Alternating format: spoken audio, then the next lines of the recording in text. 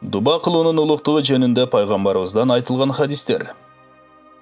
Ибн Умар радиаллаху анхудан риваят. Пайгамбарыбыз саллаллаху алейхи вассалам мындай деген: кимге дуа кылуу бактысы ылайык келсе, ага рахмат эшиктери ачылат. Аллахка дүйнөлүк каалоолор ичинде эң кабыл болгону андан жакшылык суроо. Дуа келе турган бале жана түйшүктөрдү жок кылат. Тагдырды бир гана дуа өзгөртөт. Ошол үчүн силер дагы дуа кылгыла. Тирмизи. Анас радиаллаху анху айткан: Пайгамбарыбыз саллаллаху алейхи вассалам ушундай деген: О үммөттөрүм, о сахабаларым, силердин ар бириңер бардык муктаждыгыңарды бир гана Аллахтан сурагыла. Кала берсе бут кийимңердин жеби үзүлсө да, бир гана Аллахтан сурагыла. Тирмизи. Умар радиаллаху анхунун уулу ушундай риваят кылган: ар бир ишимде Аллахка дуа кылат элем. Улоомдун жүрүшүндө да Аллахтан жеңилдик беришин сурайт элем. Эми мында сүйүнүч, бейпилдик сезет элем.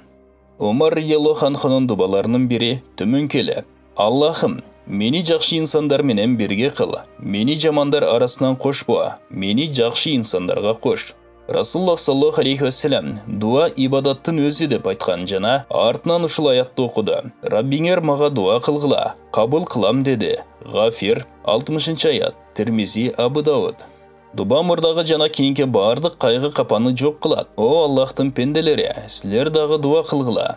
Аллах Таала уяттуу жана керемет ээси. Пенделер колдорун ачып дуа кылганда, Аллах аларды кур кайтаруудан уялат. Аллах Тааланын улуктугун, бирешендигин эсте. Аллах Таала эстегендерди сүйөт. Ибадаттын артыкчылыгы дуа кылып жыйынтыгын күтүү. Тирмизи, Ибн Масуддан.